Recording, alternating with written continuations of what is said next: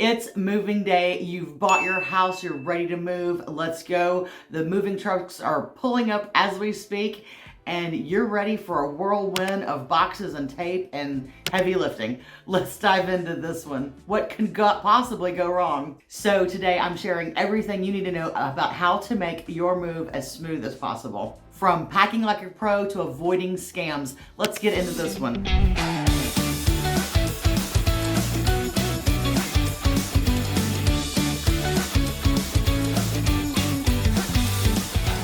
Welcome back to Living in Memphis in the Mid-South. I'm Amy Clark with Crowlike Realtors, your go-to realtor for everything living in Memphis in the Mid-South.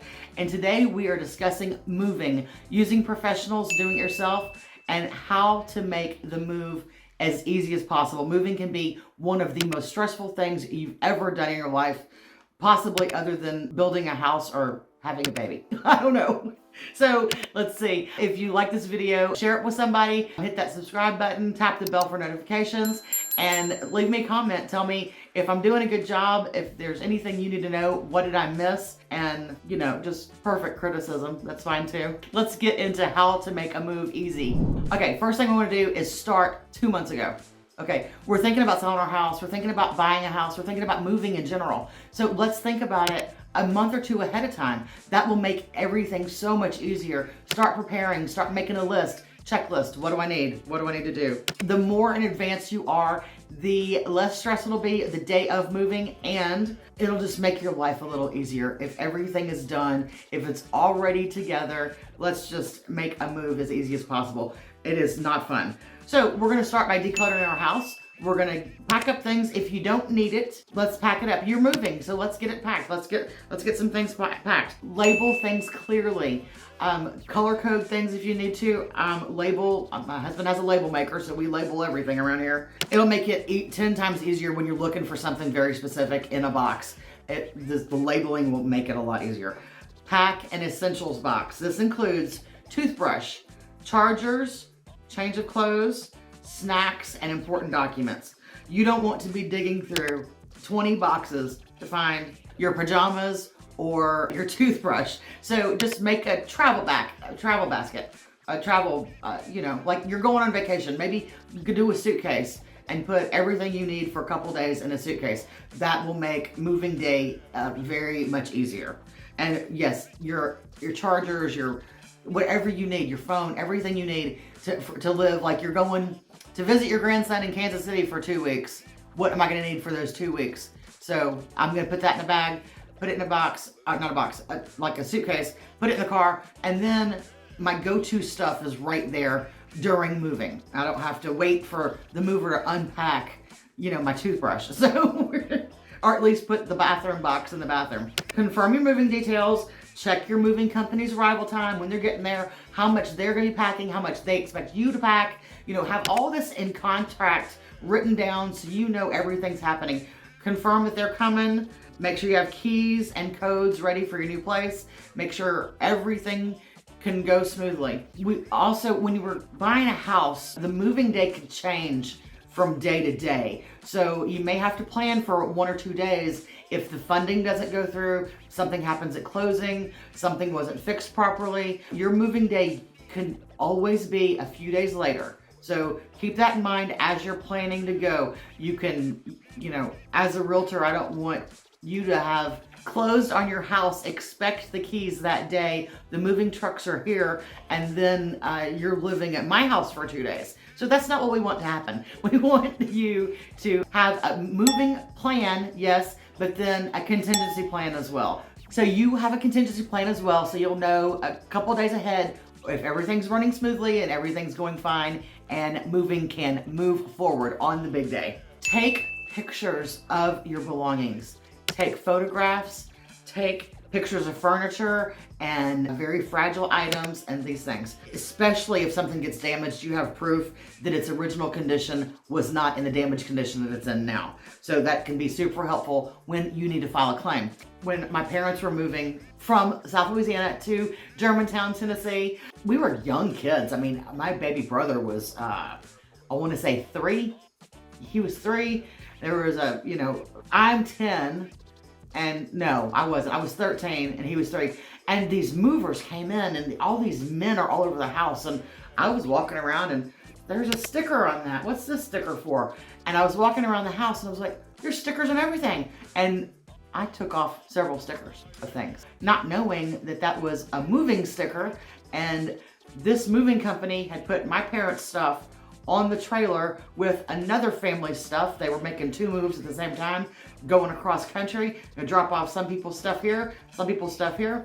By the time we moved into our house, we were missing, I know the exercise bike was missing because Amy pulled the sticker off of it. I know there was some little fragile pieces that my dad had collected when he got overseas that he brought back when he was in the oil field. Those pieces were missing. So those are the things that I remember from very years ago. So if you have kids around, explain to them the process. Explain to them what's gonna happen. These men are gonna come in here, they're gonna be moving stuff, stay out of their way. Don't touch anything. If there's little cute stickers on stuff, just leave them in place. That is just my pro tip from my own experience when I was a kid.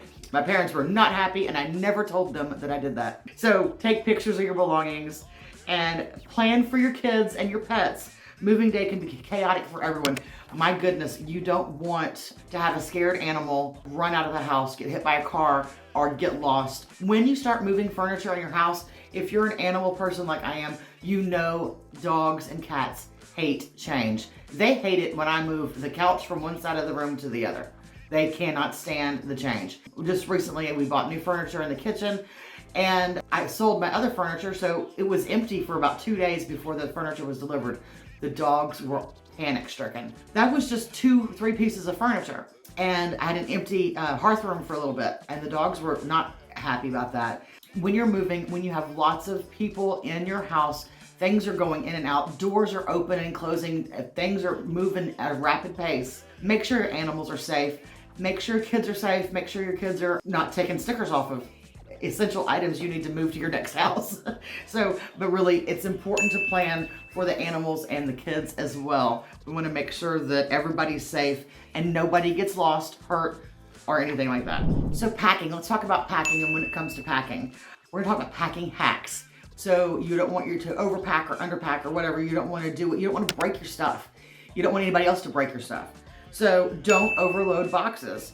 Keep them under 50 pounds if you can, so that they're manageable. You don't want the bottoms to open, to bust out of books. Don't pack so many books in one box. You'll never be able to move those boxes. Those book boxes are the heaviest, other than, large pieces of furniture. Use linens and towels as padding. You can do that. That'll save you a little bit of money instead of that bubble wrap stuff. And if you pack the stuff yourself, if you don't want a mover to pack it yourself. Make sure you pack it extra carefully, and more boxes are better than broken dishes in one box. Label the cords, label everything. Your TV cords, your phone cords, your internet cables, put them in Ziploc bags, label stuff so that you know where it is, what it is, and label them for easy setup. So sometimes you have to take some things apart and you don't know how it goes back together. Take pictures. Take pictures of that bed that you have to disassemble and then reassemble once you get back to the house or back to the new house or the new place. So you want to make sure that you have these things labeled or taken pictures so you can remind yourself what it looked like before and what it's going to look like again. Number your boxes, put a master list. This video is just simply for my husband. This is his to-do list. He wants to label everything. He wants to number everything. This is box 1 of box 35. These are all kitchen appliances, kitchen stuff. I mean, he will have a field day on his label maker. So let's not let Chuck know that we're gonna move anytime soon. If you can, use wardrobe boxes. Put those hangers off of the closet right into wardrobe boxes.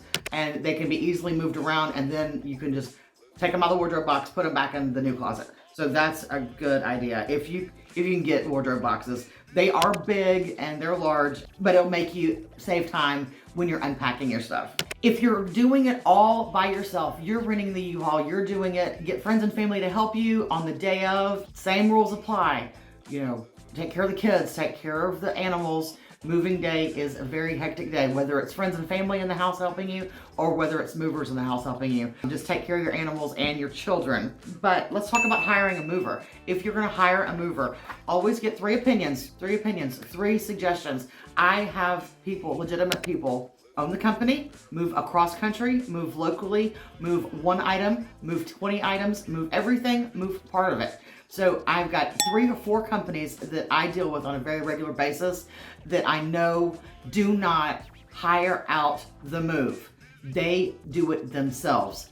They write the contract, you sign it, you agree to money. This is how the contract works. This is exactly what we're gonna do. This is our insurance policy. This is our licensing and our insurance. This is what we have. If something does get damaged, what is the process in that? What is that gonna entail if something gets damaged? Don't hire 3 movers.